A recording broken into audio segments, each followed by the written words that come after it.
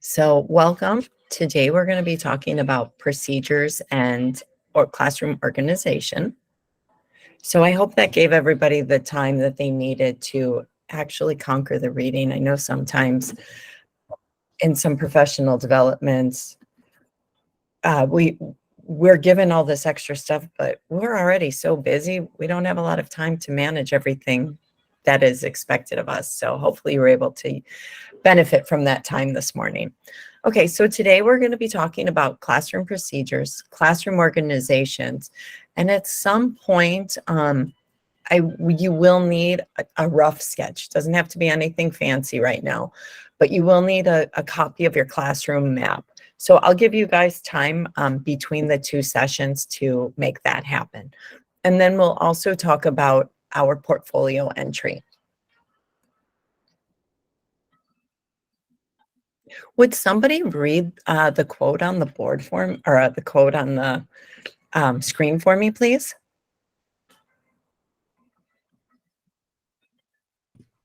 Effective teachers manage their classrooms. Ineffective teachers discipline their classrooms. By Thanks, Harry Mom. Wong. Thanks. Thank you. What does this mean to you?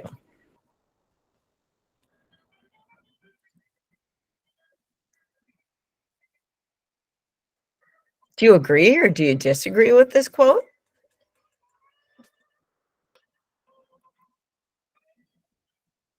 Thanks, Violet.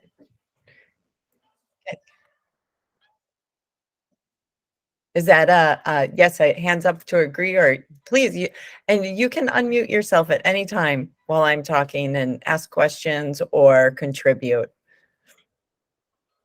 Okay, so in the chat, briefly comment on how this quote translates into action.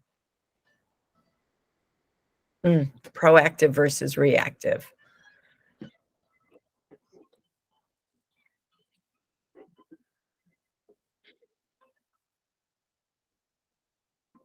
Preparing for success, yes.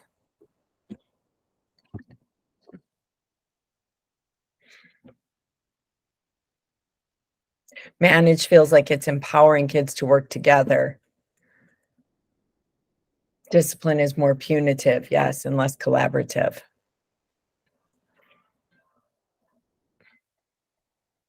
Disciplining or managing early leads to less discipline. Planning for success rather than doing damage control. I've been there doing damage control. It can be painful and frustrating. Teaching isn't about discipline, it's about teaching them to work together. Yes.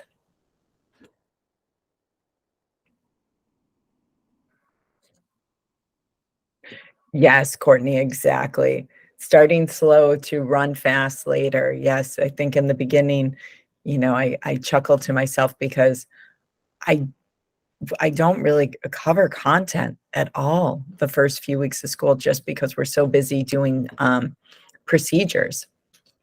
Thank you. Great comments, everyone.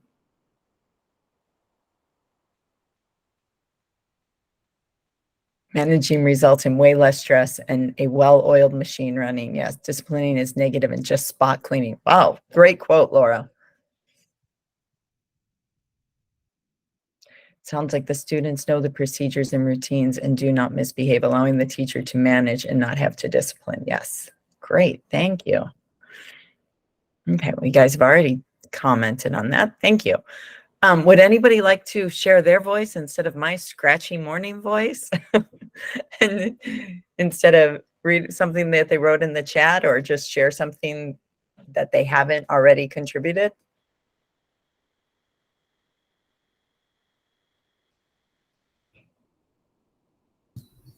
I'll just add from last time's session how if a classroom has good routines, that actually does build classroom community because the kids are like calm and able to learn.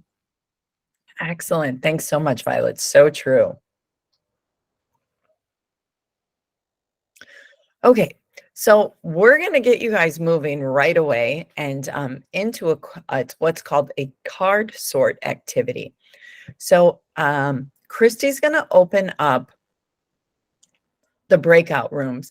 Before you go to the breakout room, I want to make sure that you guys understand what the expectation is. So you're going to read your cards. You're going to categorize your cards into meaningful groups, maybe 3. Some people have come up with more. You're going to label and identify your groupings, what they have in common.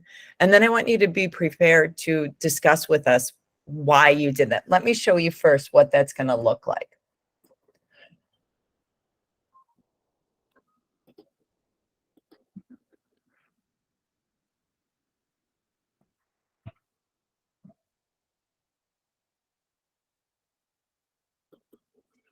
So the this document is going to have, nope, that's not the one I want, excuse me.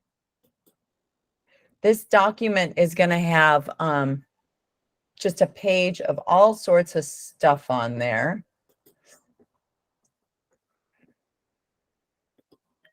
Give me one moment to pull it up so you guys can see.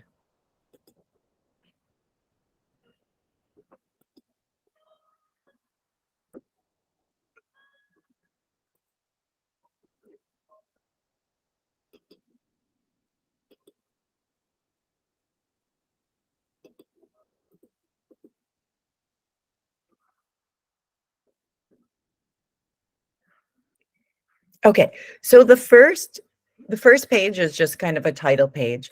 The second page is all these phrases. And you need to move, and you should all have editing rights to this documents, to all these documents. So you're gonna click, drag, organize these things. On the next slide, you have workspace if you need it. Okay, some people have found that this isn't enough for them up here. It gets too messy. So you've got a blank page on slide 3 to move around and have your space there. All you need to do is go up to slide 3. Slide 4 is another activity that we're going to be doing soon.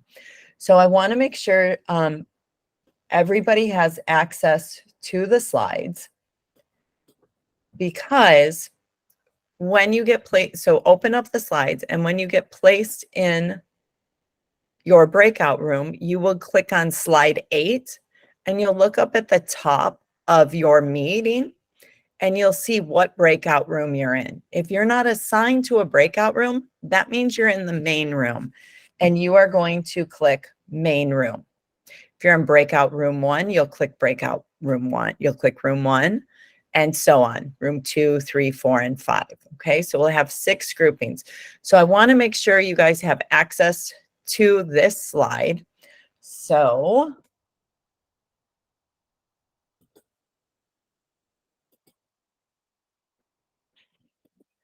it is reappearing in the chat box. That is the link to those slides. All right, and then you will have 20 minutes to complete this activity. If you need help, just raise your hand and I can pop in and help you.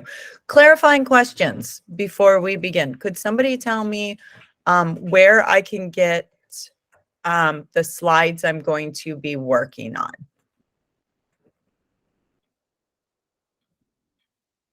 From the slide deck. Thank you. Do you remember what slide number it is, Violet? Slide 8. Thank you, Noelani. And how do I know what room to click on my slides? Top of your breakout room. Top of your breakout room. Excellent. Thank you, everybody. And Christy, whenever you're set, I think we are ready for breakout rooms.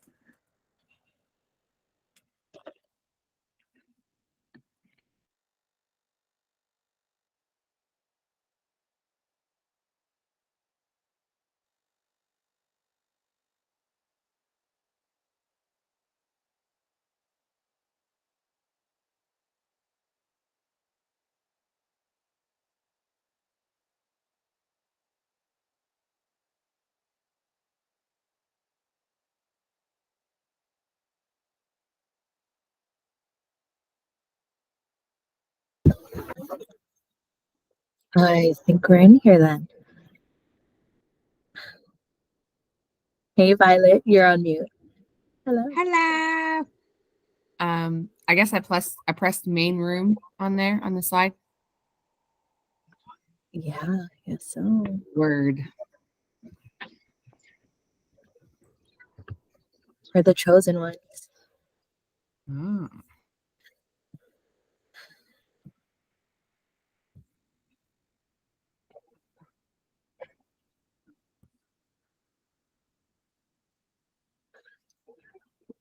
Do you guys want to move on from slide 2 to slide 3, or what do you guys want to do?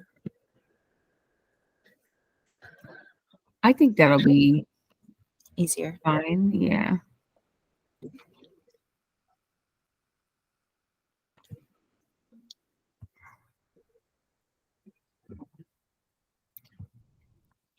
Oh, I think you have to copy it. Yeah, we copied and pasted. Oh, okay. I'm all trying to move it. Like, I don't know what I'm doing. Okay, so we need 3 groups of not rules, but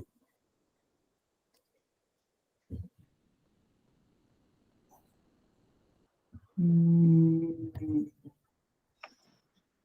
Are there categories maybe like we could have, like rules or expectations and then like procedures, and I haven't read all of them yet, so I'm not sure exactly of all the categories. yeah, I put 2 on the right side that seemed like procedures. Yeah, Okay. so I'm just gonna delete the ones like as we move them, just delete it. That way we know Okay. what's Violet, did you say you put procedures on the left or the right? on the right. Okay. Yeah, thank you. And then some of them are like about like being respectful. So that could be like, I don't know, more like rules or I don't know.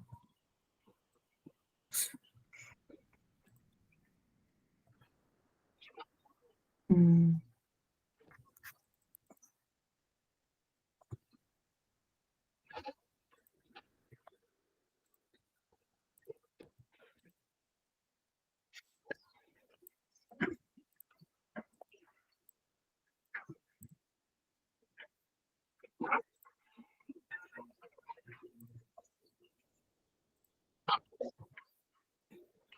What should the third one be?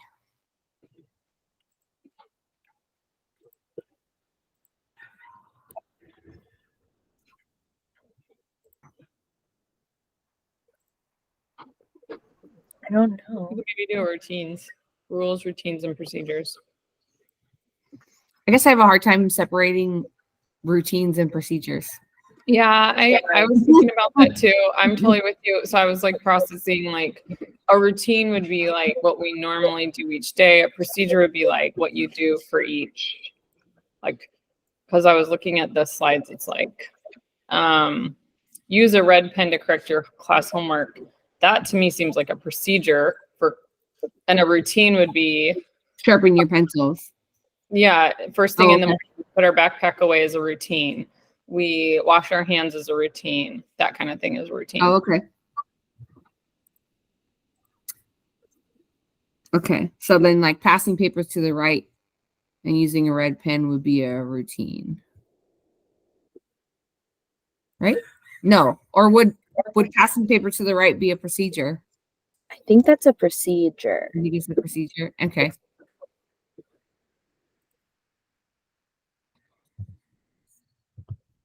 I'm just gonna do all the easy ones that I know that are rules and put them over on the other side.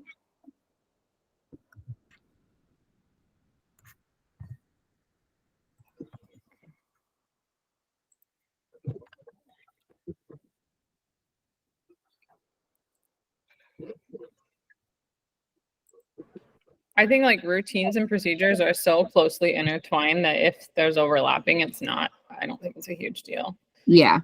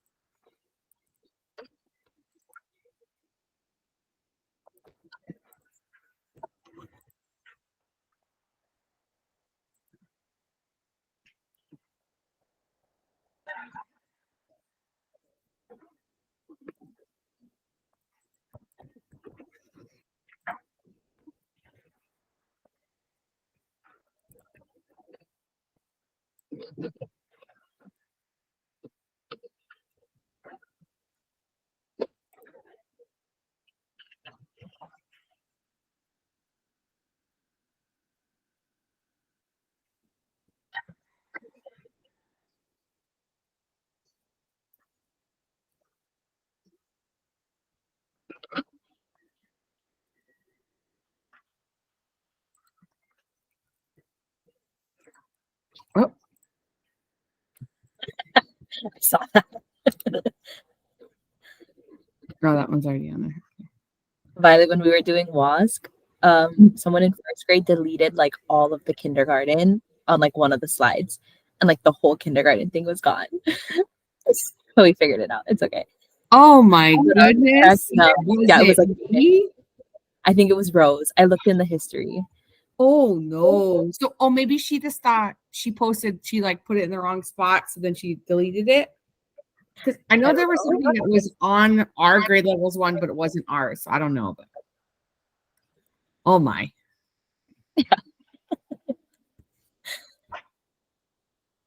Yeah. Did we do these last Okay, four that are on For there? the ones we're having a hard time with.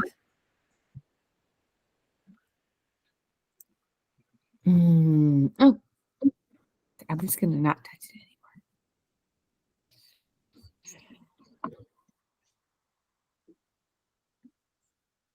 anymore. Okay, come prepared to learn. Did we do that one? Oh, I see it. I see it. I see it under a routine. Yeah, this last one, listen and follow directions. I feel like that's a routine also. Like we always routinely listen and follow directions. Could be a rule. Yeah, right? They're kind of overlapping, all three of them. Yeah. The one thing I notice is that there's like 1 billion rules, and like, I don't know, I try to combine them to be like less rules, you know? Totally. Like some of them are, I guess they're just trying to say different ways. It's not really, that wouldn't actually be the class rules. Like that's way too many. Yeah. Just examples. Use examples, yeah, of rules. My kids co-created the rules this year. They were so cute. Oh. Use kind words and actions and show aloha. That's one of our rules. Show aloha. I was like, oh.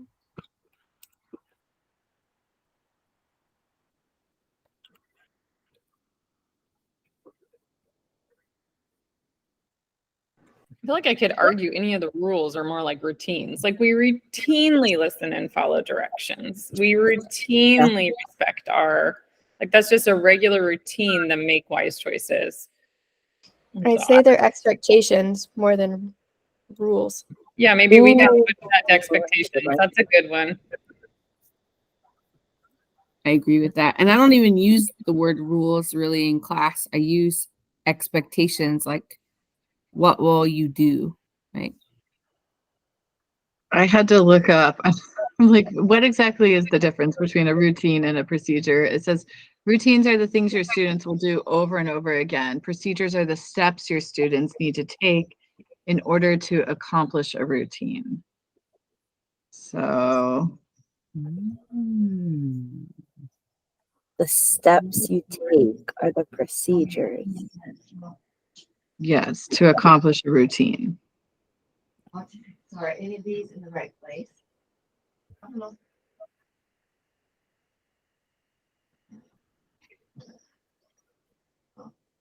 That made me even more confused. I know.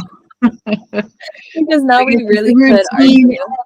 If the routine is to like come into the class ready to learn, so the steps to take would be like, you know, how you do all of that. Yeah. So place your work in the basket and, you know, all of those steps to the procedures to accomplish that routine. Yeah. Right. It's like come prepared to learn, then all of the things. So maybe like raise your hand and wait to be called on might be like a procedure then. Because it's just, I mean, everything. And then the overall expectation is like, I don't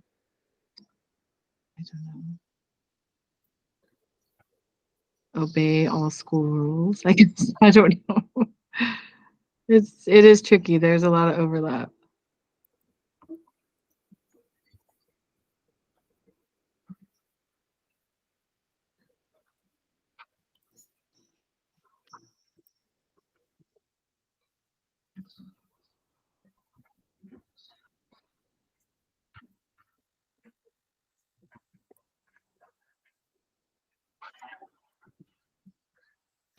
It's so true though. It does make you realize like just making everything so explicit and basically, you know, micromanaging everything at the beginning to make sure everything is done in a really, you know, orderly way, I think is the only way it's going to run smoothly with that many people existing in a space, you know. My thing is being willing to change the routines and the flow of the room, like if something's not working. Like I had to shift part of my classroom, like I moved my furniture from last year to this year, and I was like, oh, that's not working, so like had to move it, and they're like, oh, it's different. And I was like, this is for the flow of like when we're getting our iPads or like work and stuff. And then I had them like give me a score, like, is that better? Do you like it? And they're like, yeah, we like it.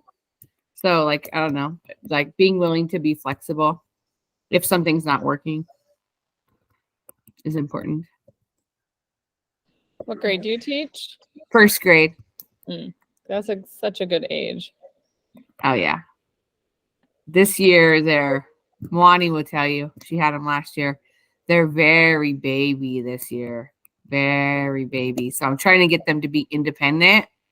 Finally, they're starting to like figure it out. Like, don't just bring me your work and follow me around. Like, what are you doing? Yeah, this group, I'm kindergarten, and I feel like this group this year is like the most baby I've ever seen, ever. So it's been a very slow start to the year. Same. And I teach kindergarten. Okay, do you have a lot of booger eaters this year? For whatever reason, I have they're all. like They're- it's like normally I have 2 or 3, but it's like the entire class is No, constantly lunching on entire the class. booger. It's like, It's their biggest food group. yeah, it is. I agree. I've never seen anything like it. I'm like, I can't even with the boogers. Like at the beginning of the year, I was just like, oh, don't do that. That's not polite. That's gross to wash your hands. And now I'm just like, stop eating your boogers and go wash your hands.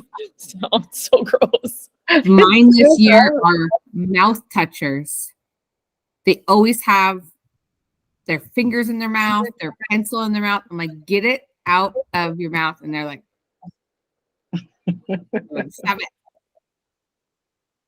I try really hard, just be gentle and kind, gentle and kind. And I think like 2 weeks into school, and all 17 are eating their boogers for lunch. I was like, you guys, I am done. Stop eating your boogers. So I know it's funny. You start off with like really respectful language, and you're like, "That's not polite," and then you just are like, "It's actually gross." Like people are grossed out, you know. Like I'm we're the not gonna shame you, opposite. but maybe you need to feel a little bit like of shame around boogers. I'm pretty upfront. Like if they're doing something that's like gonna make them sick or is really gross, I'll just be like, absolutely not, right away. We will not be doing that. And they're like, oh, okay. Yeah. Like other things I'm kind and soft, but not with Not gross with stuff. that. I cannot. Or, you know, there's other things, times to be soft, but I don't think Not boogers about and- that. Mm-mm. They need to know so that they can like have friends and stuff, right? We're doing them a favor. Do you want to be weird or what? Oh. Yeah, that's not the way you want to be unique. Let's find another way. Oh, so funny. Are we all done with our slides, I guess? Yeah. I think so, yeah.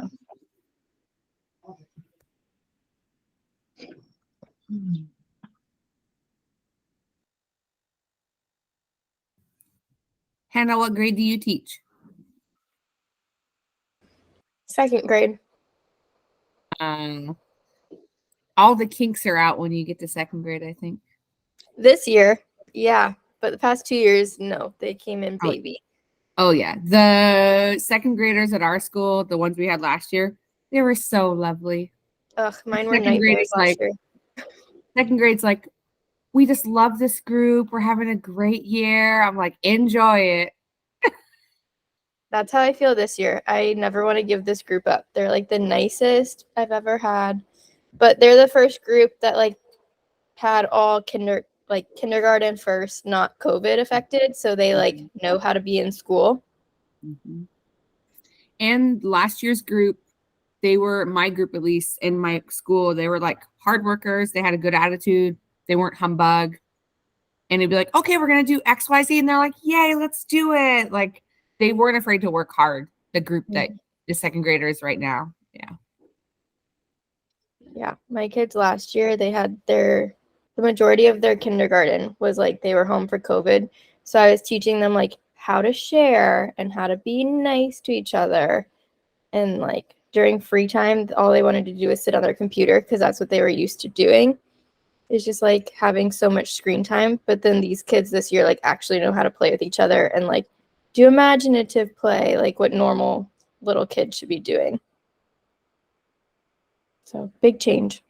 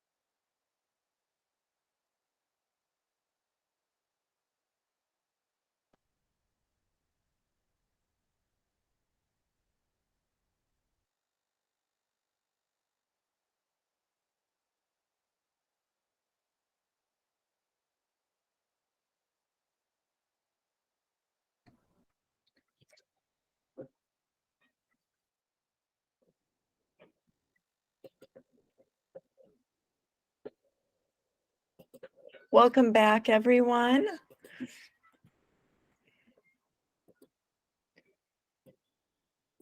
Hopefully you guys had enough time and maybe even a little like stretch time in there too.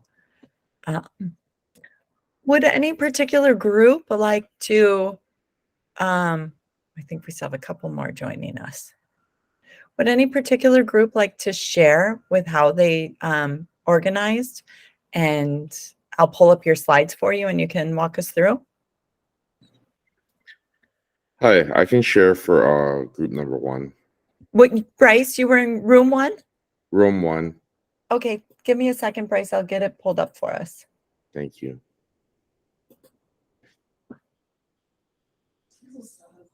Okay. All right, Bryce. Okay. So for our group, we decided to kind of group them in 3 different categories. So excuse me, classroom procedure, or so physical classroom procedures, So for example, right, all the physical actions, pass papers to the right, raise your hand, sharpen pencils. And then the middle one was niche subjects. So they're still aligned with classroom procedures, but it seemed like more specific ones, or like content specific. So always set the beam balance back to 0. So someone in our group researched that. I guess that's a science thing. And then the last one, the biggest one, was classroom expectations. So just like a general overview of all the classroom expectations that students need to follow.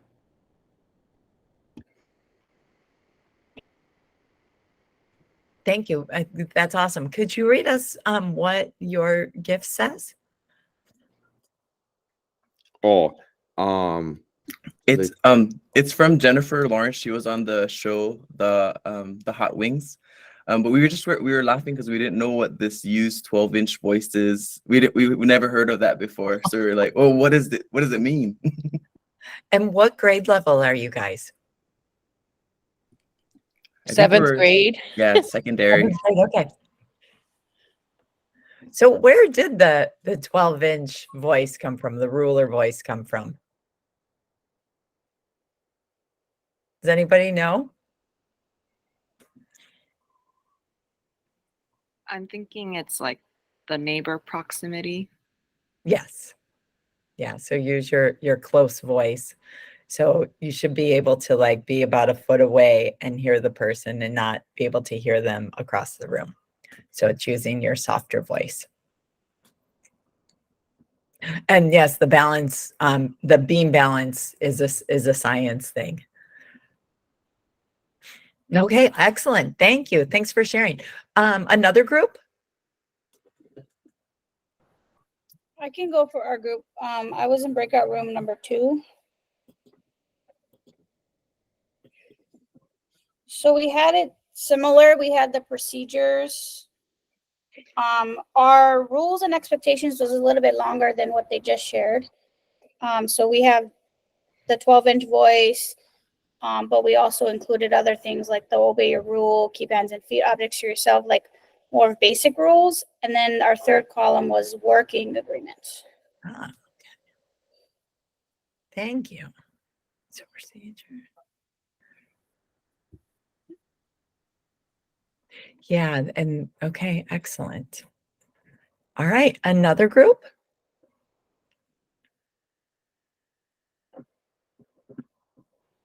Are we going in order? If not, then I could do group 5. Okay, it doesn't, we can go however you guys want to go.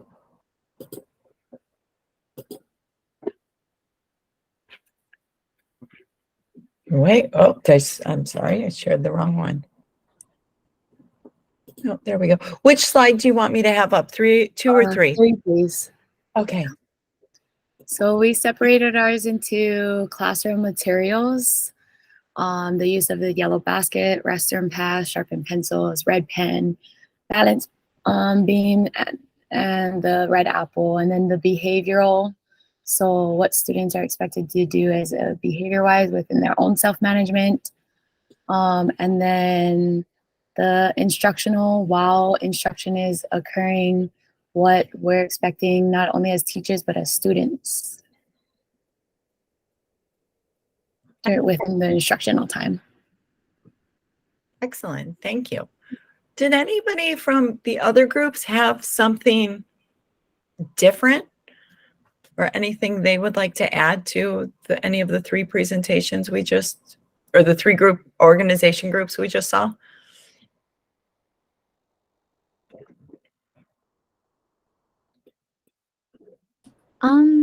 For group 4, we actually didn't make categories. We used the cards, and then we saw someone in my group mentioned, yeah, for group 4, someone mentioned that, oh, are these ones like categories? So I guess we use the cards as categories. Oh. So, which was just something different. I don't know if that was what we were supposed to do or not, but I think it still worked. So things for how you can prepare to learn, making wise choices, obeying school rules, and respecting property or responsibility. So like we didn't really make the categories. we use the cards and sort of the cards within categories because some cards seem more broad than others. Yeah. Interesting take, and it works. Thanks, Tori.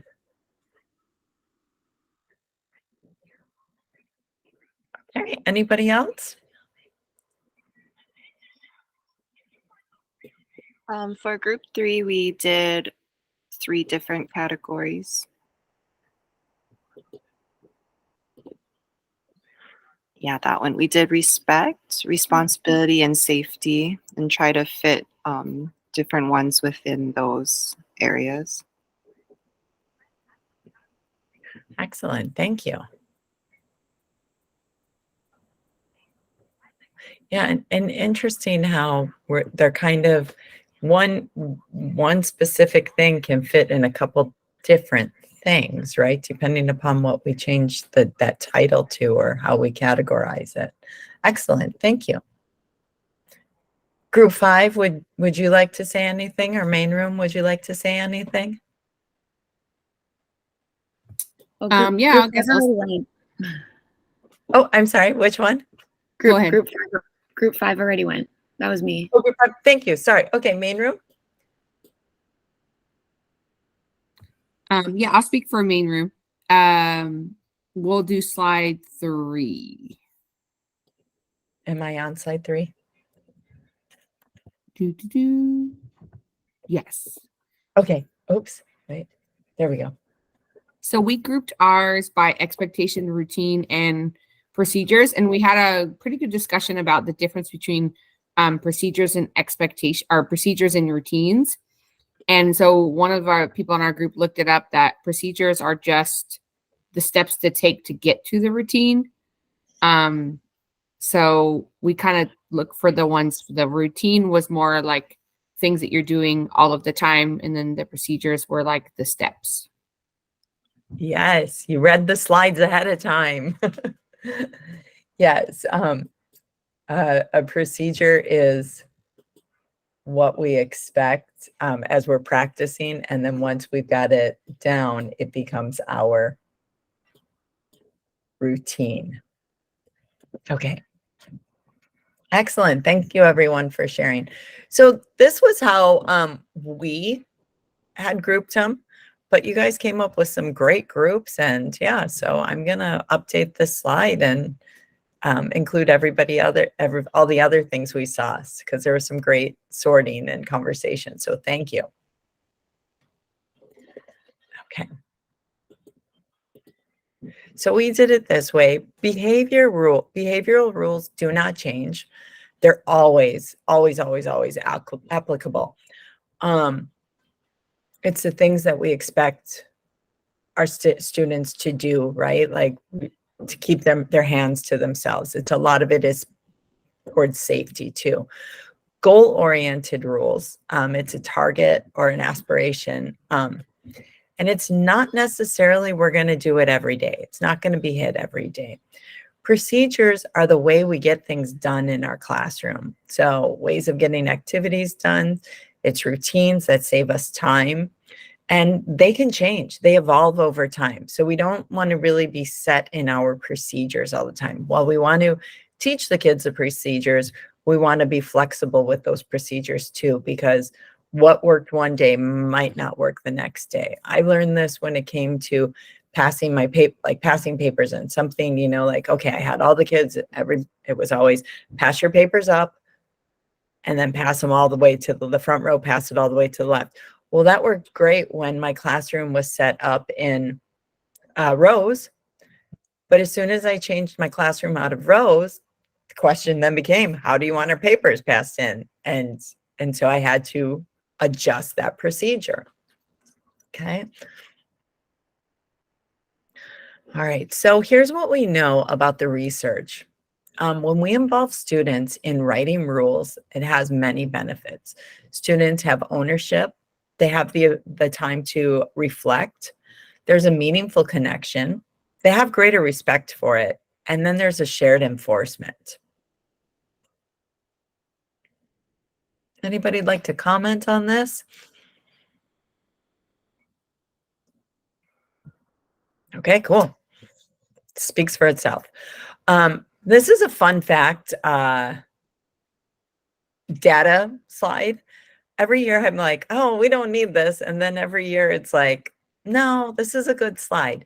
So at the elementary level, if you just teach procedures just 1 week with teaching a procedure, your engagement level is up over 10%, right? Because then you'll have 93%. This statistic says that 93% of your students are engaged, 7% are off task. But if you go 1 week without teaching or reinforcing your behavior, your procedures, your engagement level drops by 10%. At the secondary level, we already know it's more difficult to attain their attention. So if you teach procedures for 1 week, you're at 88%. And if you go 1 week without doing those procedures, you drop by 13%, down to 75%. So that means like at that secondary level for us, 25% of our students are off task. And that takes us back to our first slide, where we are becoming more of a behavioral management classroom than an effective classroom.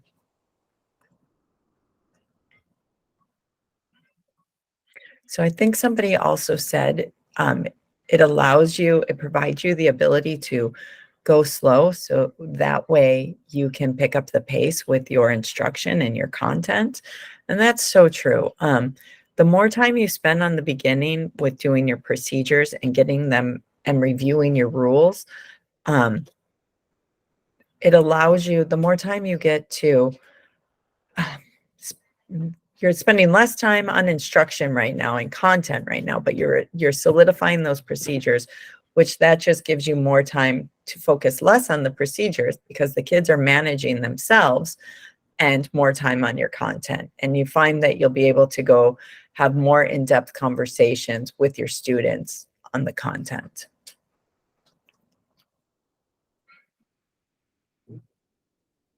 Okay. So we also know that teaching rules and procedures at the beginning of the school year consistently and consistently enforcing them correlates with higher academic achievement. So like I said, you can have those more in-depth conversations on the content, which will correlate to higher academic achievements. So anybody have any experience with this where they've noticed it and they're like, oh, that's why that comes together?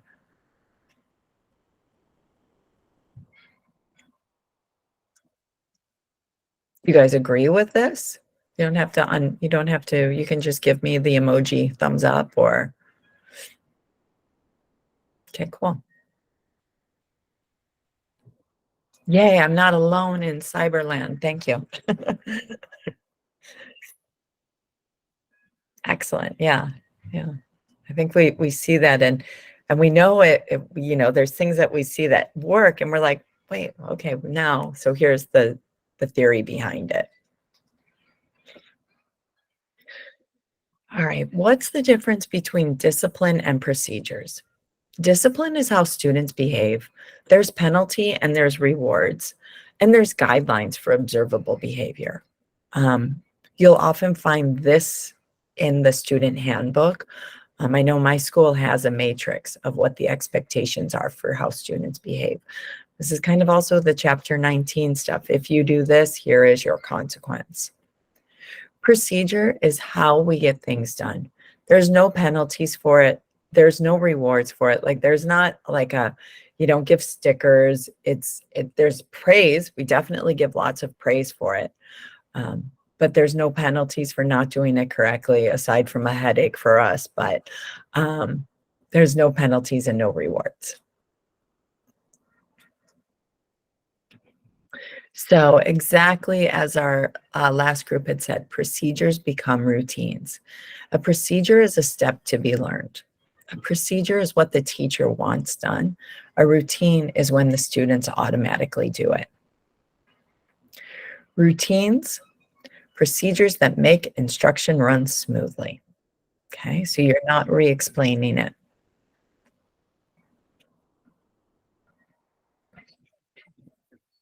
So let's see. Sorry, Lorraine. So even though, yes, absolutely.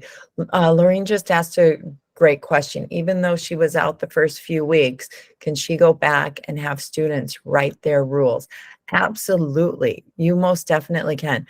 And in fact, one of the things for your portfolio, you have the option to go teach students a new routine. Like I said, I use that example of passing papers in. I had to teach a new routine when I changed the desk. So you can, or a new procedure, excuse me, you can teach that new procedure anytime you want to, and you can even rework your rules anytime you want to. What's important though is stay consistent. I'm in the process of reworking my bathroom rule because they're driving me crazy. It's like, if I'm doing large group stuff, then they never ask me to go to the bathroom. But as soon as they go to work with their small group, which I think is more important than listening to me talk when we're talking as a whole group, that's when they want to go to the bathroom. So I'm reworking that one. And I'm also going back to them and getting their input because it's just becoming a problem. That's going to the bathroom. It's like, as soon as I stop, as soon as they go a small group, it's like 5 people come up to me and say, can I go to the bathroom? And it's like, no. But yes, get them involved and rewrite your rules, definitely. Violet, thanks for echoing that. Okay, so we have set up this template for you of teaching a classroom procedure. So side note from me, I'm taking a PD. Some of you guys, I'm in the PD with you right now, and I'm struggling writing my lesson plan. And I'm struggling writing my lesson plan because I don't document things well. And I submitted my lesson plan. It was just a sketch outline. And I finally took the time. It took me 3 hours to write my lesson plan, to write it up formally. And it's like about 10 pages long. It's what I do in my classroom every single day. But I had to put the words and put it on paper. And it drove me crazy. So when you guys do this teaching a classroom procedure, this is going to drive you crazy, maybe, because you do some of this stuff already, right? But for the sake of our documentation, be very detailed.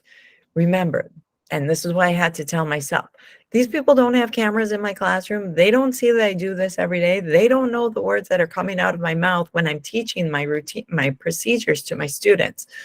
They don't know what my words are, my positive and my room for improvement words are when my students are great at their procedures or they're not great at their procedures. So be very, very detailed here. So step 1, why? Why is there a need for this routine? Is it developmentally appropriate? Is it, and you want it to be positively stated? You want it to be very specific, and you want it to be observable. I want to be able to see it so that if I don't see it, I know it didn't happen. Explain, specifically teach and review the routines. What do I mean by explain? Tell me exactly what you are going to say. I will say to the students, A, B, C. If they do not do it correctly, this is what will happen. When they do it correctly, this is what will happen. Here's how many times I'm going to say it. Be very, very detailed. Then practice it. Practice it like there's no tomorrow. I equate my procedures to sports. You're playing basketball. You shoot 100 free throws of practice, maybe. That's what you're supposed to do, right? You just keep practicing. So you build that muscle memory, and you build your physical muscle as well. And then number 4, feedback. Provide positive attention when students effectively demonstrate the routine using praise. Ask them for the feedback. How did we do? Acknowledge success, and then also acknowledge areas for improvement. One of the things I do frequently with my students is I have them make observations. Science class, it works really well together. But I do not let them place blame. So I tell them they can use words like, I saw a student do this. I heard a voice say this, but they cannot, the only person that they can ever identify is themselves. I was talking. I don't allow them to say, oh, so-and-so was talking. So it's very generic. I heard a voice. I saw somebody moving. That kind of makes it a safe playing field when we're talking about this area for improvement, because the kid knows who moved. The kid knows who was talking. They just don't need everybody calling it out on that. And cues. Number 5, provide visual prompts for the classroom routine, keeping each routine as few steps as possible. Now you can layer your routines and your procedures after you get like steps 1, 2, and 3. Then you can add on step 4 or 5, but keep it simple. You don't want it to just become like you're teaching a 7-step procedure on the first time. Add the layers to it.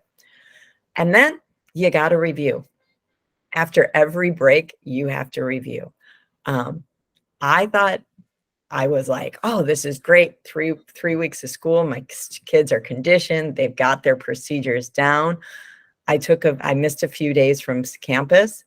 I went back and my students did not have their routine down. So that told me, I'm like, oh, I've got to still practice this. So practice as much as possible. And you may find that after break, you need to do it more. You need more practicing, but keep it fresh. And that will help you keep it fresh as well. It will help keep it fresh for the students. Questions on this? Because this was a big chunk of information right here. Would you like me to explain anything?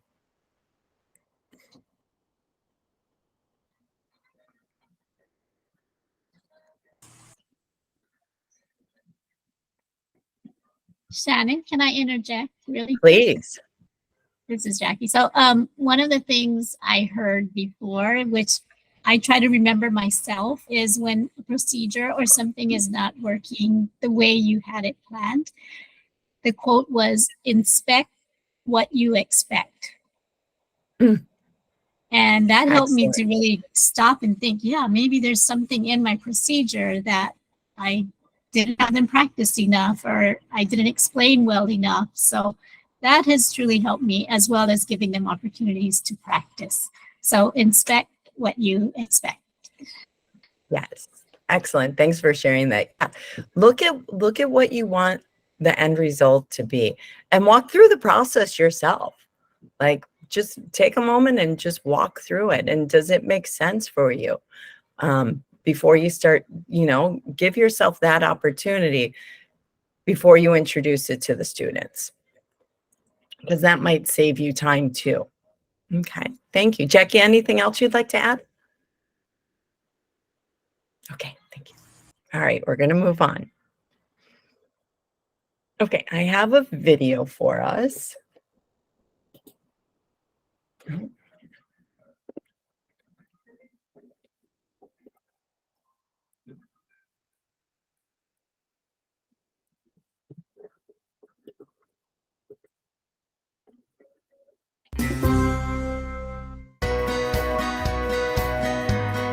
Classroom procedures really are taught basically in the same way that content is taught.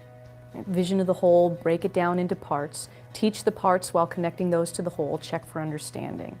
And while we all as teachers kind of understand that process as it relates to teaching content, we don't always put that much time and effort into teaching our procedures, because we're often working under the assumption that the kids already know how to raise their hands appropriately, come in and get working silently. And while they may intellectually already know those things, they still need to practice those things, the same way they practice reading and writing and public speaking. So my suggestions for teaching procedures are: start by introducing it. Get specific about what the expectation is for that procedure or routine. And then model it. You go through the steps of the procedure, or fishbowl it, bring up some students and they go through the steps so that the kids see it in action, but in a mini microcosm kind of way. then have the class actually practice it. If you're practicing or teaching the routine of how to come in and get started for the day, then have them stand up, pretend that the class has just begun, and have them go to their seats and start the warm-up or start the routine the way you want every day, and debrief that, and then have them do it again, and then debrief it again. This kind of practice, the same way we would teach them how to do questioning in a reading or how to summarize a piece of content. We can bring that same structure and that same practice and reinforcement to do the teaching of the key procedures in our classroom that we really need them to do appropriately and effectively every time we ask them to do it. You might also want to add in a visual or nonverbal reinforcement of some kind.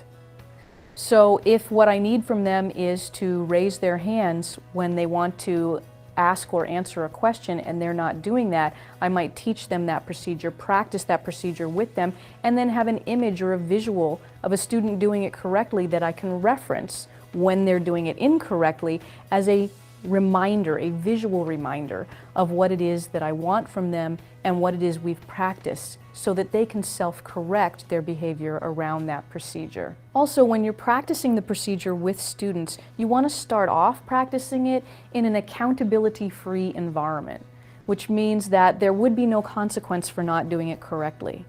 For example, if I'm trying to teach my students how to respond to a particular sound signal, which means get quiet and bring your attention back to me, when I introduce it and practice it initially, there won't be any consequence for those students who don't do it correctly, because they're still learning what I want and how I want it.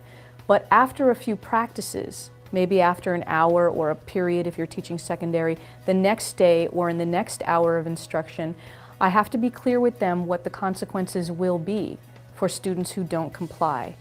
And then I have to consistently enforce those consequences so that students understand that I'm serious about how I want this and the way it's going to be, so that they all comply the way I want them to comply.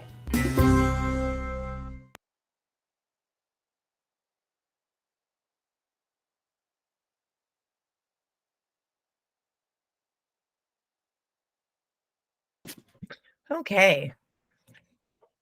Anybody familiar with Grace Dearborn? Yeah, I've been to two of her PDs on Hawaii. Yeah.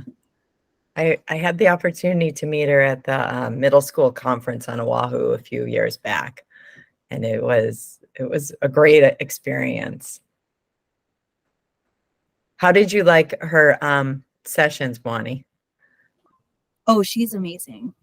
Yeah. Yeah, she's great. I learned a lot, and she has a lot of knowledge to share, for sure. What is so have you put into practice some of what she has shared in this video? I mean, definitely. Or should I say, what have you put into practice? Yeah, when I teach things, like she said, not expecting it to be perfect the first few times, and letting them have that time to understand and practice what is expected. So if I ring my bell, I have like a little bell that I ring. That means, stop what you're doing, look at me, freeze, be quiet. So the first few times that they've practiced that, giving them that grace, but then now it's just that expectation. Yeah. And do you have pictures up too? I do not for certain things, but I loved learning about that. That was something really cool that she had, was just, I sometimes have it on my slideshows or things. So I don't have it like up in my class, but I'll have it up to show them, this is what's expected right now, or this is what I need you to have out on your desk, or I'll put it up. But yeah.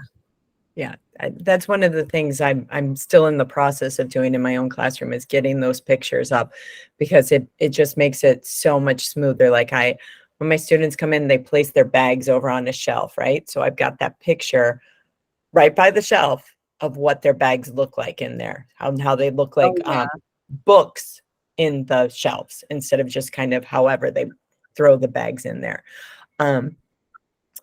One of the, I don't know if it's a challenging part, but one thing that's super important that she said is that practice component. And especially when you're doing stuff like line up outside the door. We think, you know, sometimes we as educators think like, I'm not going to use this procedure a lot. It's just a one-time thing. I'm only going to have them do it in the morning when they come in. If they don't get it right the first time, that's okay. Stop everything. Give yourself that like 15-minute window, 20-minute window, and have them just continuously practice lining up. Have them line up, bring them in, talk to them about what they did right, what they did wrong. Try it again and just keep practicing. So, yeah, you want to just, the practicing is essential, and it doesn't have to, you want the practicing to be back to back. You don't want to just practice, oh, I'm going to practice this one time every morning for the 1 week. No, practice it like 5-6 times in one morning, to the kids at a point where the kids are like, come on already, we got this. And you'll see them start to peer monitor, and you'll see them start to get their peers in line and kind of correct their peers when their peers aren't doing it too. So it really you'll start seeing the shift multiple ways with your students. You'll see them go through this range of emotions where they're just doing it because they think it's funny. Then you'll see them start getting like a little annoyed. And that when I reach the annoyance level with my students, that's when I know the growth is happening, right? That's when I know I'm just on the edge of it becoming a routine from a procedure. All right. Now, before we take a break, we've got probably about another half hour or so to do. You guys are going to go back to your same breakout room, and you are going to design a class procedure for us.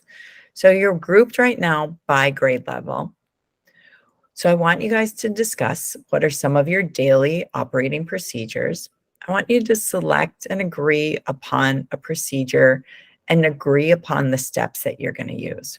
We want to know what you're going to say, what you're going to do to teach it, and then you're going to teach us it. So, let's see. Let me pull up what that's going to look like.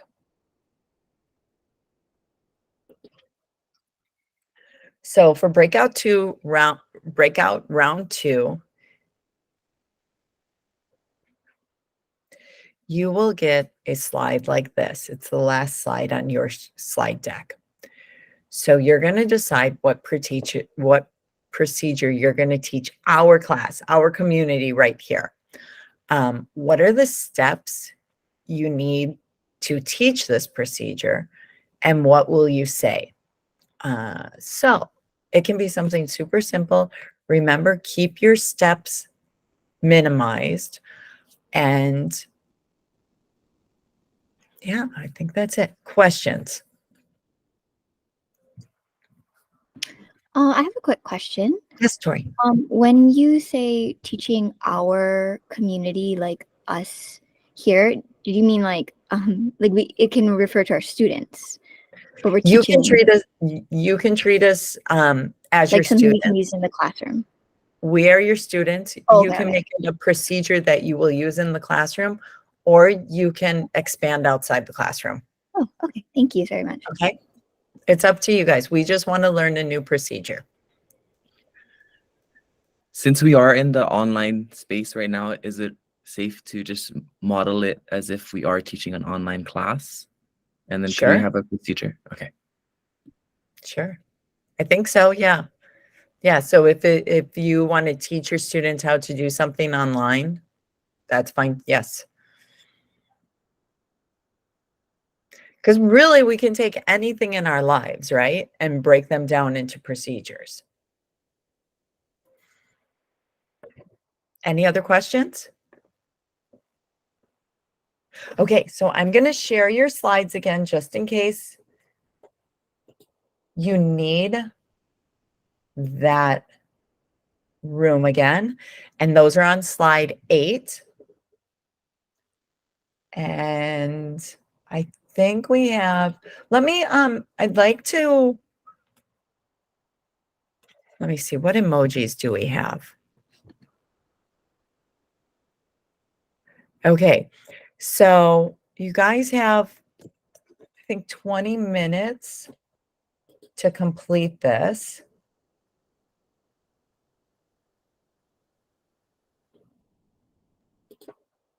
You have 20 minutes to complete this.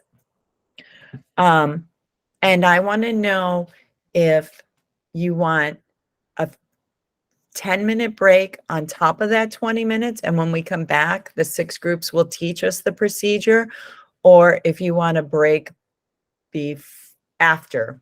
So take your 20 minutes, come back, teach us, and then then you take your break. So thumb up.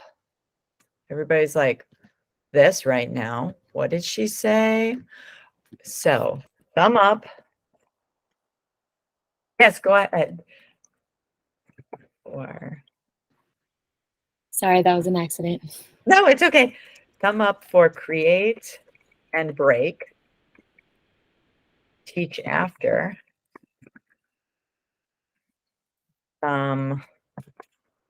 Jackie or Christy, get ready to count the thumbs. Thumb down for create, teach, break.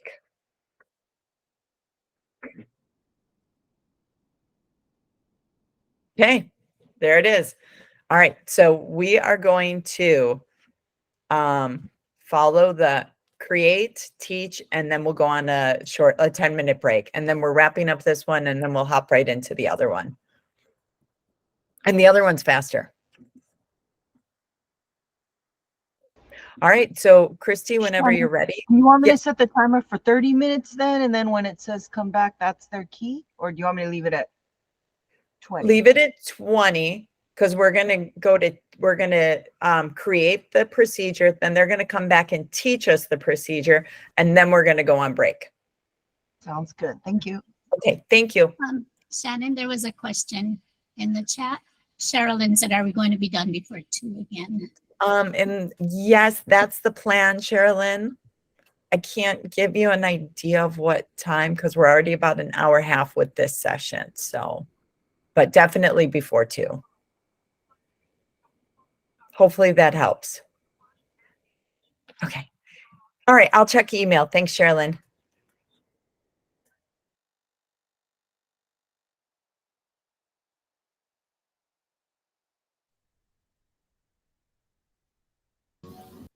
What breakout am I in? I'm sorry. I think you're with us still, Violet. I think we're still in the Oh, same. we're in the same ones as last time. Oh, okay. Yeah, 'cause they like us to be in the same grade levels, which is nice. Oh, okay. Or at least similar grade levels. All right, lower elementary. What should we pick for a procedure?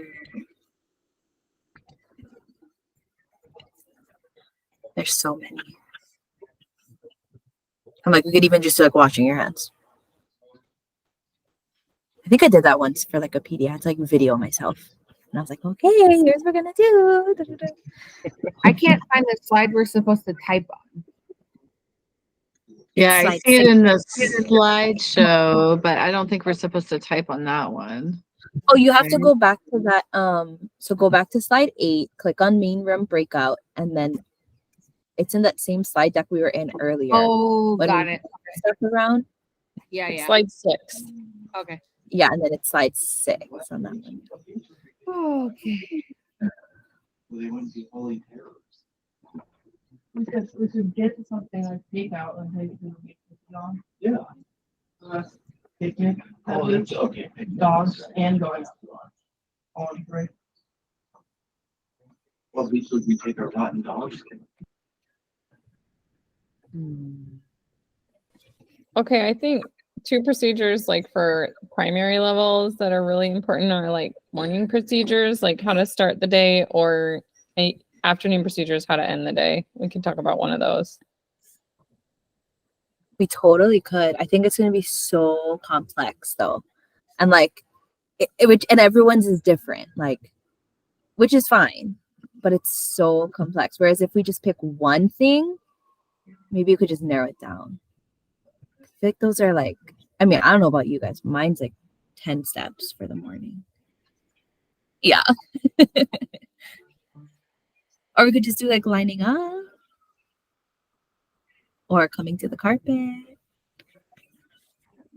or washing your hands. I mean, a super simple one that I have is like what to do when your pencil's like broken or like dull. Oh, So like that's fun. super simple, right? You like, for me, I have 2 buckets. One bucket is with sharp pencils, one bucket is for the dull pencils. So they don't talk to me, they don't tell me, they don't tell their friend. They walk to the bucket, they put their pencil in the dull one, they grab one from the sharp one, and they sit back down. But I mean, super important, because if not, you're all days, my pencil's broken, I don't have a pencil, I need a pencil, where's my pencil? What do I do? Da, da, da, da, da. You know, it's like those little things that save us. Huge.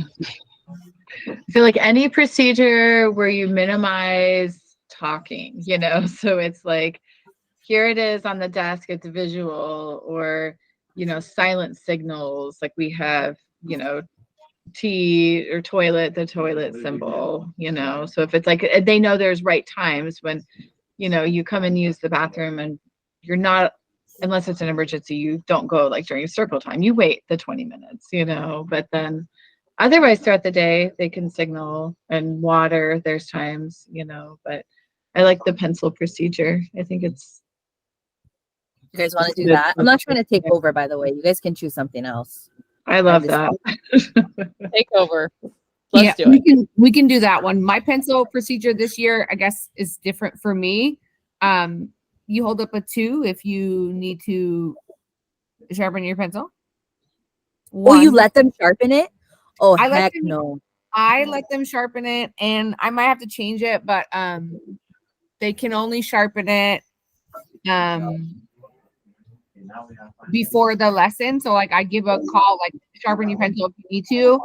And then if it's during independent work time and like their pencil breaks, I'll hold up a 2. But I got a sharpener now that's really quiet. It's like, okay. Like okay, before, well, that's better. it's a super quiet sharpener. So I mean, knowing my class, they would all break their pencils on purpose so that they can go and sharpen it. That's what my and I'm not having that problem yet. So it's been good. But I also have a pencil bin of like new pencils. And so now I found out what they're doing. I give everybody 2 pencils. And so as soon as their eraser was done, they've grabbed a new pencil. So like I only have a couple pencils left in my new pencil bin, and I look in their toolbox and they've got like 6 pencils. So we're gonna have to take away the new pencil bin thing that I've done because they're just like using a bunch of pencils. So yeah. But yeah, let's write that down. Let's do your pencil routine. Sure, and I can share. I'll grab my little buckets and I can do it, guys. And I'll show them my little buckets. Another thing that you could add on to that, you know, that just goes with procedures is classroom jobs. So like if you have a bucket that of dull pencils, then when you're doing chore time, it's, you know, I have a little chore chart and I have their names on clothespins, and so they move around and they have a job for the week. But that's like, then that could be a good job where it's like more controlled, less chaotic, like it's chore time, so you're gonna sit and like do that job, you know. So yeah, and they can learn and take turns practicing it. Yeah. I'm all about them classroom jobs. I do table captains. Table captains do everything. Table captains get the supplies. Table captains put them away. Table captains collect your work. But I have other jobs too, but like table captains be doing the most jobs every day. It's like, so not everybody's getting up being crazy. Yeah. Can They you love say it. They love work too, especially the ones sometimes who are like more squirrely. Like they just need a job, you know. Moani, can you say the steps of your pencil thing again so I can type it down? Yeah, put your dull pencil in the, is it a bucket? It's like a little, what is that? It's a bucket. In the bin? It's not a bin, it's like a bucket. I don't know, whatever. Okay. And then number 2, grab a sharpened pencil from the sharp pencil bucket. And number 3, sit down. I don't know if we need to add before number 1, like, don't say anything. I gotta know how to say that. It doesn't have to be written. Stand up quietly, walk to the pencil bin, put your dull pencil in the one thing, pick one up, walk back to your seat, return to what you were working on immediately. You know, for kindergarten, that sounds like a 5-step process. So I think we have 5 steps there. Are we supposed to have 5? No, I'm just saying, like, even the simple things, they are first complex. step. Don't say anything. Step 2, stand up. Step 3, walk to the pencil bin. Step 4, put, you know what I mean? Yeah. Totally. Even the simple things are not simple. And I would just model it like every day, you know, like multiple times. Like even just, you know, sit down or have a student, you know, model it. Then you could model it, then have a student model it so that it's just second What can nature. we add for what will we say and do to teach the procedure? Number 1. Okay, she wants it specific, she said, like exactly what we're going to say. Or can we just write like number 1, teacher acts out? Do you teach your kid like what dull is? Because I have kids, if it's like not the pointiest little point, they're like, I need a new pencil. And I'm like, no, you don't. You can write with it until there's no more lead. That's true. That's a hard thing to teach. I do teach them if it's pointy or dull. And I made the mistake last year of being like showing like if you touch the pencil with your finger, like it feels pointy, and they were like stabbing themselves, and I was like, no, that's not like they're like, is it sharp? Like it's like, oh my god. So I just if I'm like, is it pointy? Like this. And so they look at it, they're like, so then they can tell. Yeah, that's true. But Hannah, honestly, like if for me personally, I can just say for me, like if they're quiet and they're not causing a distraction and they're changing their pencil, even when it's like a little bit dull, like personally last year, like I don't care. Like I just didn't care. Like if they wanted a sharp one, because I wasn't running out of pencils, it wasn't like a problem. Like you're right, some of them just want it to be like perfectly sharp or whatever. I mean, it wasn't like a huge problem. I might have had like 1 or 2 kids who would like do that, and I would always look at the dull ones and it was like still fine. But honestly, I was like, if they're still quiet and following the procedure, that's a win. But I don't do the reason why I don't do the sharpened pencil anymore, why I don't do the sharpened dull bin, is because of the erasers. Back to the erasers. They don't care if it's sharp or not. They want the new eraser. That's the only thing they care about. That's true. Do you give them little like pink erasers to have? I give them the pink erasers, and this year I usually put their number on there, and then I can see like whose eraser is who, like so they can, like if they keep a hold of their 2 pencils for their week and their eraser for the week, they get like 5 dojo points. And like I didn't do that this year, so next week I'm gonna take everyone's pencils, give them 2 new pencils, and we're gonna go with that. Do you have your 2 pencils and your eraser? 5 points if you handle your materials like for the week. That's true. The eraser is what they wanted too. But honestly, I have so many pencils in my class because just from all the years I've been in here, and every year they bring more from the school supply. I have so many. So for me personally, it's just not an issue. And our school gives us free pen. Like I have so many. So that's just me. I just want them to use the tools correctly. Like I'm big on like wasting things. So like even though I have lots of pencils, I have only so many good pencils. Okay. I don't want to run out of my Ticonderoga pencils.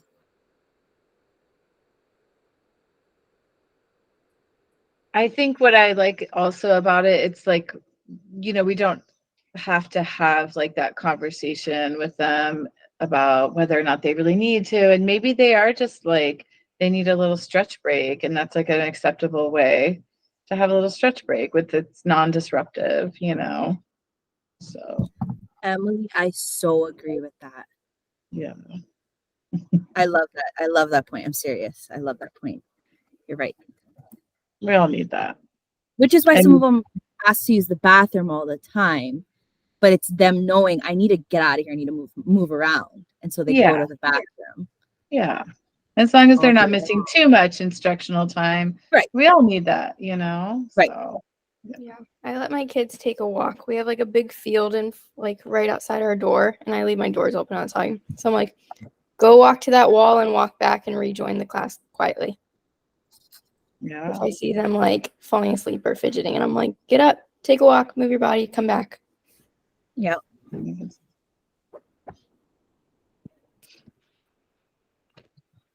Okay, did we add on the thing? Watch me as I stand up. Maybe before that, even say the first thing, say like, oh no, my pencil's broken. What am I gonna do? But then be like, but when this happens to you, I you're know. gonna say the oh no Oh. in your head. Like, I know that's so hard. like I'm thinking, oh no, my pencil's broken. Yeah. Yeah, it's good. I'm thinking. I like that.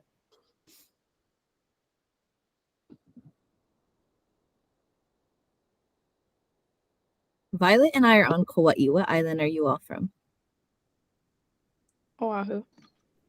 Oahu. Big Island, Kona side, Big Island. Cool.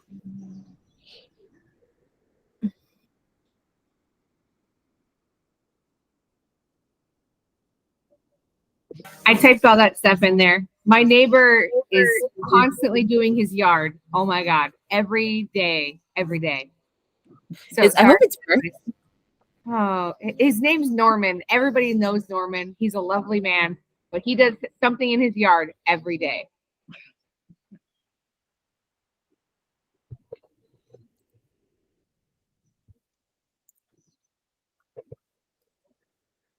Thank you for typing that in, Violet.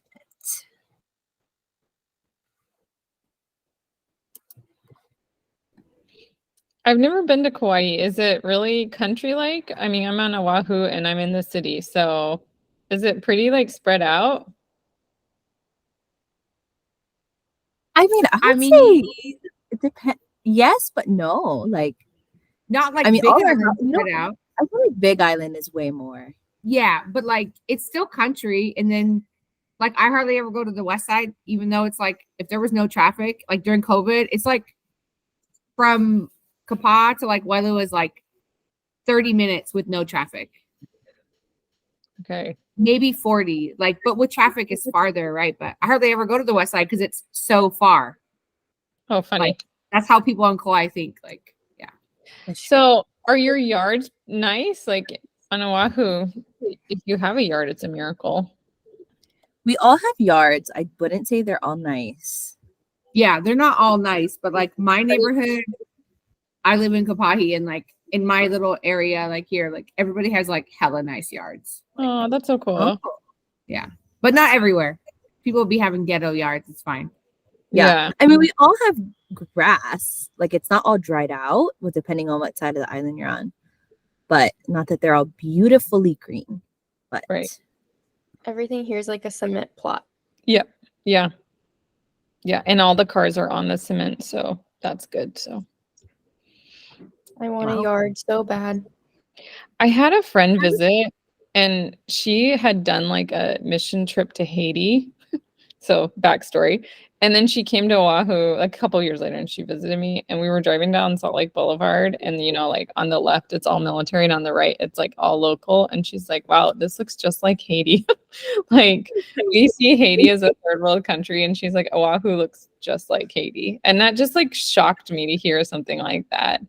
So, wow. I think it definitely depends where you are on the island. Yeah. But yeah, I had cousins say the same thing. Like they were on like Ko'olina area or like staying at the Disney hotel, and then they were like, oh, it's like third world. And I was like, oh my God. Like, first of all, you can't say that, but no, especially if you're in the Disney bubble, like please come. yeah, Beautiful. but it's so different. Like I wouldn't stay on that side if I wasn't at a resort. But then I live North Shore and I like think it's pretty over here. Yeah. And like, but yeah, I wouldn't necessarily live anywhere else than Yeah, North Shore on this island. Yeah. What about you, Emily? What's the Big Island like? So Kona side is dry, and we just have like lava fields everywhere. But then we're in South Kona, and it's with the big mountains, like everything is on like a steep, incline. So, we're like a 15-minute drive down to the water, but we're at 2,000 feet up here. And my charter school sits on 40 acres, and it's, forest, and we have trails. So I actually do like a forest kindergarten hybrid. We spend about half of our time outside. So, I mean, it's like full on, like immersed in, nature. And that's so cool. We're in coffee country. There's tons of coffee farms. It's just very rural. It's really rural. Yeah. So do you guys have a lot of like seasonal weather? Because here it's just like mainly 80 degrees all the time. Yeah, it gets cold. And with my family, we actually live up just above the property. So yeah, like in the winter, it's it feels freezing because it's single wall and like screens, windows, but it feels cold. It's like, 60 degrees or high 50s sometimes. Yeah. Elizabeth, have you not been in the islands very long? No, I'm military. So I landed on Oahu and I'm just here. So okay. So have you been here a full year yet? Mm-hmm. Yeah, a couple years. I've been here a couple years, but only to Oahu. And I met a teacher who taught at a school in Volcano, I think, on the Big Island. And so I was so surprised to hear her stories because she's like, no, we get snow and it's cold and all this other stuff. And I was like, that's Hawaii. Like it almost really sounded really indigenous out there. Well, the snow is just at the peaks of like the tall mountains. At Volcano, it does get cold though. It's at about 4,000 feet elevation. Okay. So it's just all elevation related, Yeah, most of the islands, we all have, a wet season, a dry season. Basically, like you be here long enough and it's like the winter is cold, right? Like it's to be 60 degrees and I'm like freezing. No, I was like cracking up because somebody yesterday at work was like, it's just been such a cold season. I'm like, it's 82 degrees. This is not cold. She's like, I need a sweater. Okay. So I'm in tune with that now.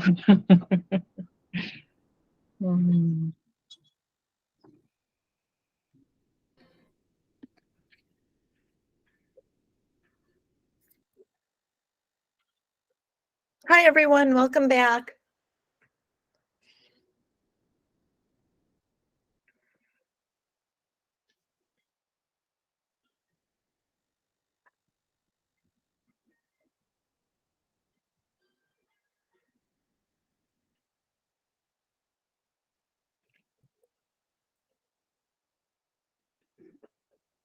Okay, so I think we're all in here. So let's teach some new procedures.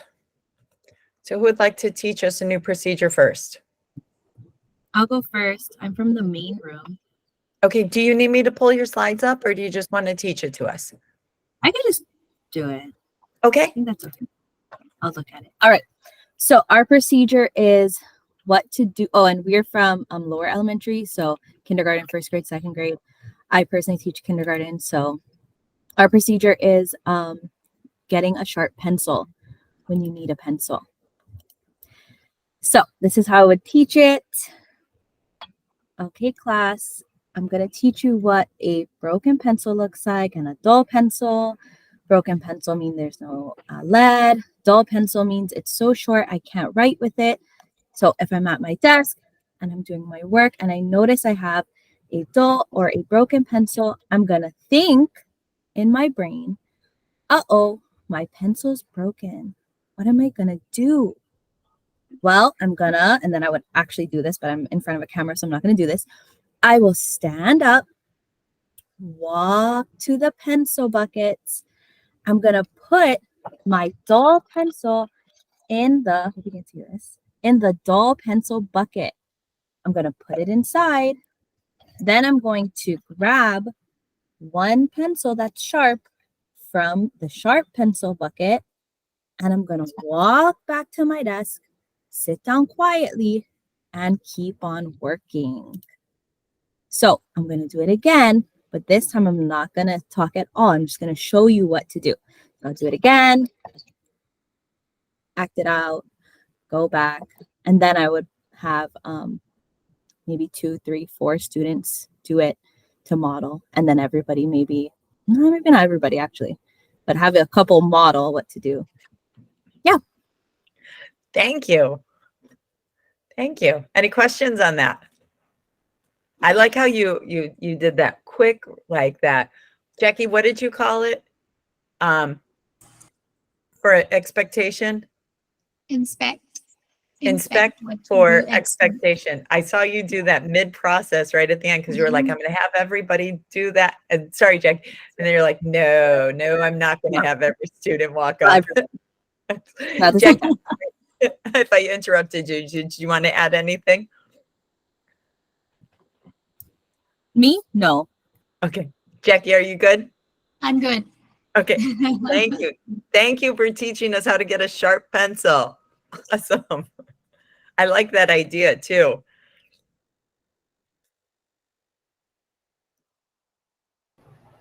Okay, I'll go for room 2.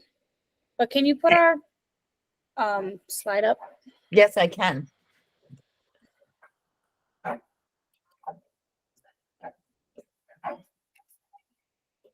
So we're lower elementary, 1st and 2nd grade, I think. So our procedure is like packing their homework folder, like their take-home folder.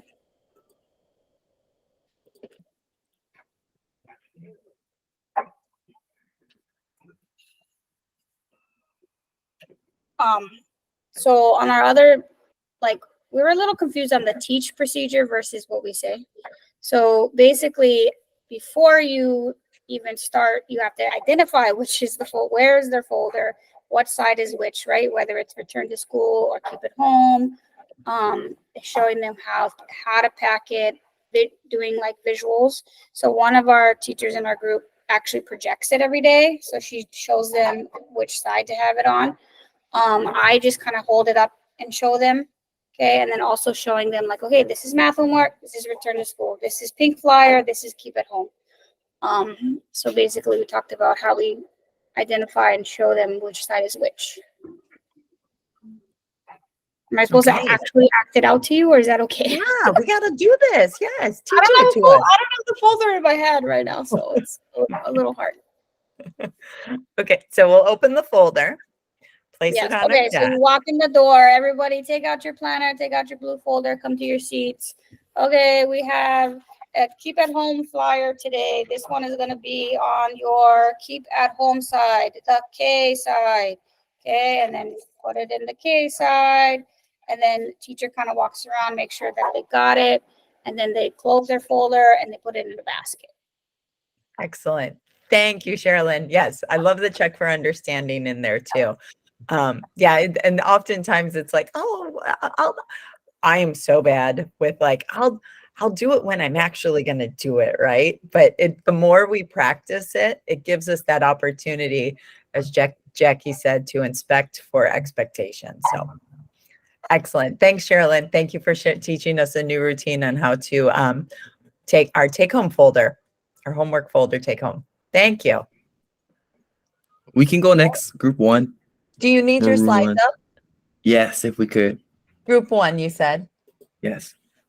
Okay. All right. So ours is about attention signals. So our goal is to get students' attention quickly for important information. The steps are to 1, introduce the activity, practice the song. So I hope all of your voices are warmed up. Give students a topic to talk about and prompt them to talk loudly, be rowdy, but not crazy. Teacher does the signal, students finish the signal, and then you can repeat it and practice it twice. And then if an optional extension to have the students enjoy a little bit more is to have a student try to do it themselves and try to get the class's attention. All right. So this is kind of how it was whipped up fast, but something like this where the teacher would be like, "Hello." So I guess yeah, for this one, I would need everyone to unmic themselves if you feel comfortable, of course. All right. Hello, So all mics on. class. We will practice how to quickly give me your attention. You will talk with a partner loudly about your weekend plans. That's our topic for today. Does anyone know the McDonald's jingle or song? Yes. Yeah, awesome. All right. So let's give it a try. All right. So repeat after me. Let's just learn it together. Ba-da-ba-ba-ba. All right, let me hear you guys. Ready? 1, 2, ready, go. Ba-da-ba-ba-ba. Oh my gosh, gorgeous. All right. Student part is loving it. this. I'm ba-da-ba-ba-ba. I'm loving it. Let me hear you guys sing it. Ready? I'm loving it. I'm loving it. Awesome. Because I know you love our class so much, right? All right.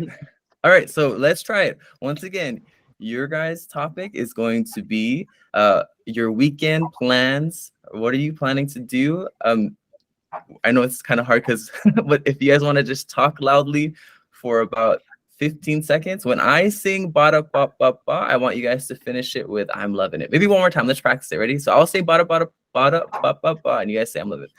Ba da ba ba ba. I'm loving it. Perfect. All right, give it a try. Talk about your weekend plans. Ready, set. You have 15 seconds. Go. Tomorrow I'm moving. I'm doing something. Basketball practice. Yeah, my weekend plans. Yes, Again tomorrow. weekend plans. We're gonna be late. I have my dog. Ba da ba ba ba. I'm loving loving it. Perfect. Oh, you guys are so good. Unlike some of my other classes that just keep talking. Okay, no, yeah. And then you could do it twice, or you could have a kid come up. Yeah. that was our idea. Great. Thank you. These are fun. I love it. All useful.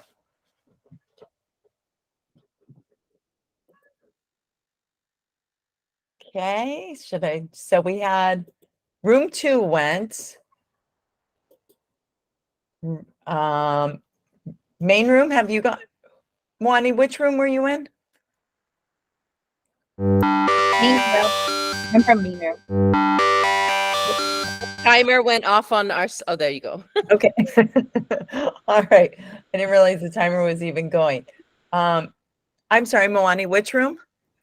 I'm from Main Room. Main room. Okay. So I can just start closing out some of the tabs. All right. How about room 1 next? Room 1 went. That was room 1, right? Yep. Okay. Yes. Room 3. Let's go room 3. Getting ready for recess. Always a crazy time. Okay, I can share. So we did getting ready for recess. We're mainly 3rd, 4th grade teachers. We give the steps that we would take. We start with a verbal cue that class is transitioning to recess. Clear desks, get out next subject materials, push chairs in, grab snack water, line up, and wait to be dismissed. So it would go something like this. We would do an attention getter, and some of us have doorbells, or we say, give me 5 seconds. So I would just go bump, bump, bump, bump, bump, and the kids would go bump, bump. Class, we are getting ready for recess. Please get your, please clear your desks and put your prior subject materials in your desk, papers in the correct folder, etc. Please get out your materials for the next class. And at this time, there's a slide usually projecting in our classes that gives them a little checklist of what they need to have on their desks before they exit. Take out your snacks or water bottles to bring to recess. Silently push your chairs in, line up, number order, eyes forward, hands to their side. And then they wait for the teacher's permission to be dismissed, which is usually a school bell will ring of some sort. All of us kind of had a similar procedure like this in our classrooms. And a lot of these procedures are procedures within procedures, right? Yes, So exactly. they have prior knowledge, but they are older students, 3rd, 4th graders, so they should be able to do, with practice, obviously, all of these routines in order to get out. And in my class, I mean, after 2 weeks, they got it. They know what to do. Thank you so much, Sonia and team. Thank you. Now, Sonia, you mentioned something very important too. This is procedures within procedures. As I was looking at this and listening to you, I thought, wow, that could be a procedure. That could be a procedure. That could be a procedure. So don't shy away from, especially if you use this as your portfolio entry, you can keep it as simple as you want. I think it's great layering all these procedures, but remember the basics. Like you had to start somewhere, right, Sonia? You just gave them, like, let's focus on what that attention getter is going to look like. And I know Christy, Jackie, and I were talking about this earlier as we were talking about how to group you. I come from high school as my area of experience, and I had a lot of assumption that my students knew how to behave and knew what basic expectations were. Once I removed that expectation, my classroom management got a lot smoother. I was able to, I mean, my kids were like, why are you treating us like kindergartners? I'm like, well, I don't know. I'm just breaking everything down for you in terms of my procedures. And it worked. The expectation didn't change, but the way I presented it changed, and everything ran a lot smoother. So I've learned just to, like, break it, give them the little pieces at a time. So Sonia, like you said, like you're layering this, and there's lots of procedures within. So what does that attention getter for, like, your doorbell look like? How are you going to announce to the class? What do you expect from them? What does it look like to put your materials away, right? What does a clean desk look like? Because a clean desk for me might be different than a clean desk for Sybil. So we all have different expectations. So I think it's really, really great that, we break it down as much as possible. So, but awesome job. Thank you very much. All right. Breakout room 4. What are we going to learn? Collecting papers. Okay, I guess I should probably do this because do you guys agree? People in room 4. Yes, thank you. Yes, okay. So it was my idea to explain this, and then it was way harder to explain over a computer than it is in my class. So we decided on routines for passing in paper because that's a big deal in 5th grade. And so hopefully this is clear. But like my rationale for it was that, like, in 5th grade, like last year, there's some like drill practice that we have to do for the kids to get stronger at routine, like algorithms, like long multiplication, long division. And so last year I had the kids doing it in their composition books or keeping it in their folders. And if I wasn't looking at it daily, some of the kids were just not participating at the level I wanted to. So I found that if I collected the papers for them every day and then, like graded them on Friday and returned them, I got way better participation from them. Does that make sense? Mm-hmm. So it isn't like when they come to school, they don't turn in the papers that way. There's a drop-off box, but this is just for like the daily routine where I want to collect it and give it out the next day. And one of the things it does in my class is it really gets a point across that I'm like super organized and detail focused, and that I expect them to be too. And so I have the students pass in their papers so that they're in order, and so that every kid only touches like the pile of papers one time. they aren't all coming down the aisle at different times. So what I do is I stand at the very edge of the classroom in front of the kid who is in the very left row. So the kid facing me is at the very right of their aisle, going like side by side. So the student who's in the very front of the row on the very right side gives his paper to the student on the left. Then that student has 2 papers, and they give those 2 papers to the person on their left. And then that person has 3 papers, and then they pass the whole pile to the person to their left. So each kid is getting the pile from the person to their right until it gets to the very end of that row. And then every time you get a paper from the person on your right, that student puts their paper on top. So it is actually organized by individual kid when it gets to the end of that, when it gets to the very left. So it's going side by side, not back to front. It's the paper pile is traveling. And then to help it be efficient while I'm teaching the procedure, I stand in front of the kid who should have the pile of papers. And then I take a giant step to my right, and then the paper pile moves to the next kid. So the piles should be with me, making that movement to the end.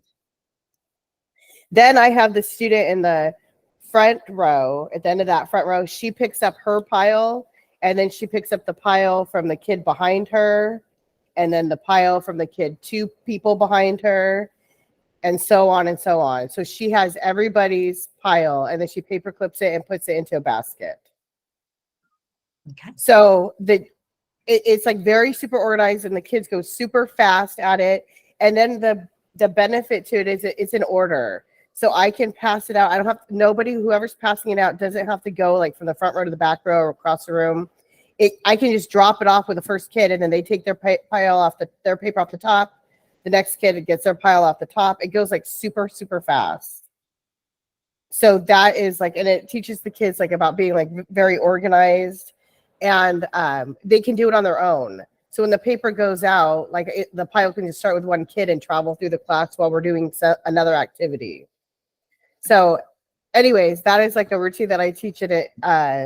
It's very smooth and it's very efficient, but it was hard to explain like in the class. I hope that wasn't like too confusing or sounded meaningless. It's very helpful in my class, I find. And again, it's not for all papers, but for the practice like that I have, like the week practice of long division, like I want the kids to see that I looked at their work from the day before, because it makes them more accountable. So I have to have a way to get the papers out and in super fast.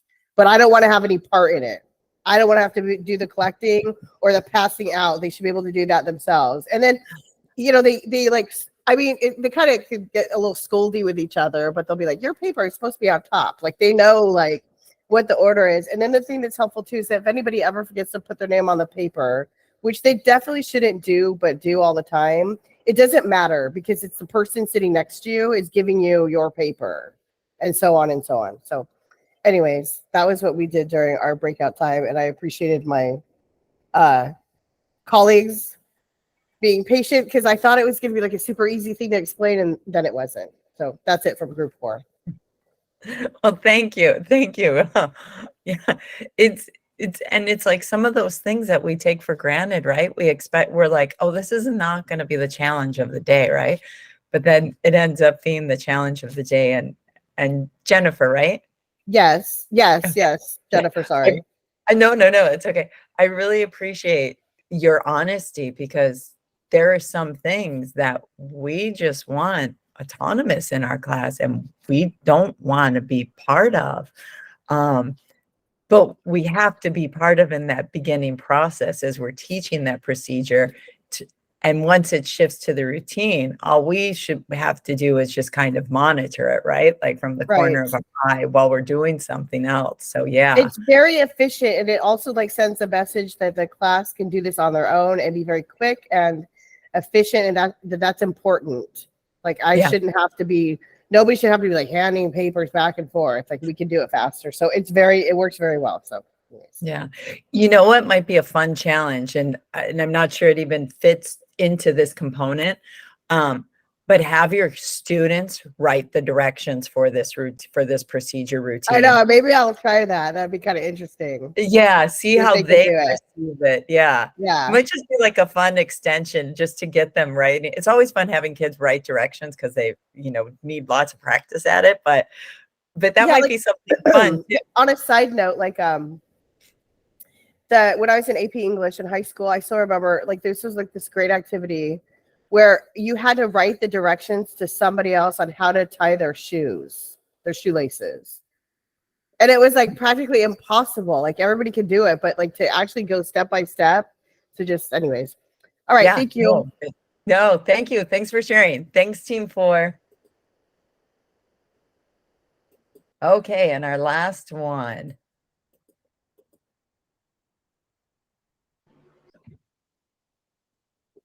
Hi. Hi, I Lorraine. Hi. I mean, I used to do this when I taught kindergarten and first grade, third grade, and now I'm teaching sixth grade. And it's just an easy, quick attention getter if you need to, give them something that maybe you forgot in your procedures or they're talking too loud. And so all I do is I say 1, 2, 3, eyes on me. They stop what they're doing. They look at me.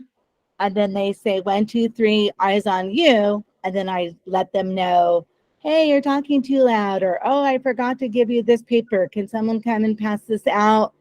Or even just a compliment like, hey, you guys are doing a really good job. Okay, continue with your work. So that's what I do to get response and positive and reinforcement to them.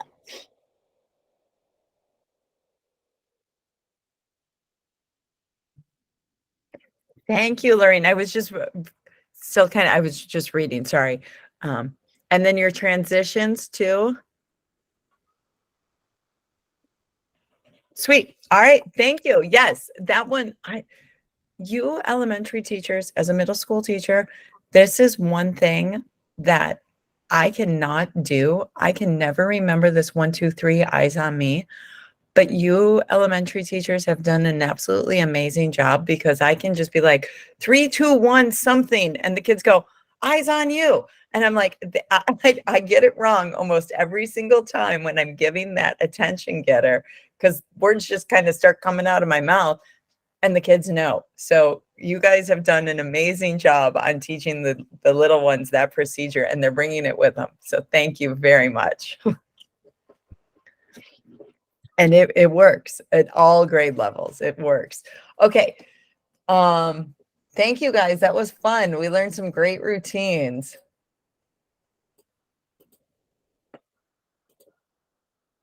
All right. So a think, pair, share. Did you know?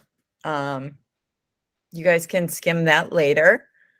And a word sort. Did you know? So the word sort, it's really fun.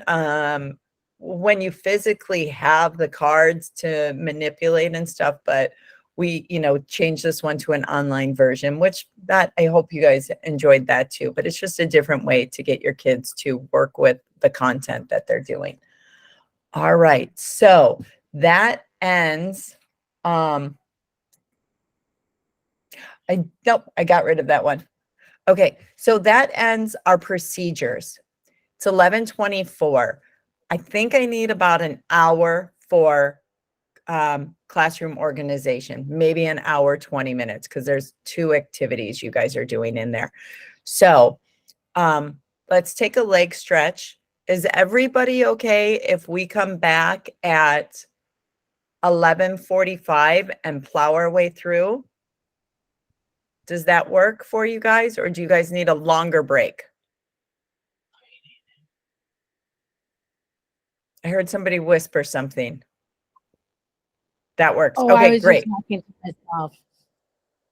No, that's okay. I wasn't sure if it was longer break, but okay, perfect. When we come back, if you do get back a couple minutes early, so we'll be back at 11:45. I'm going to give you guys the first 5 minutes to sketch out your classroom map. So be sure to have your classroom map. So you've got like a 20-minute break. and then a 5-minute to sketch out your classroom map. So I'm going to start recording at 11:50. Good?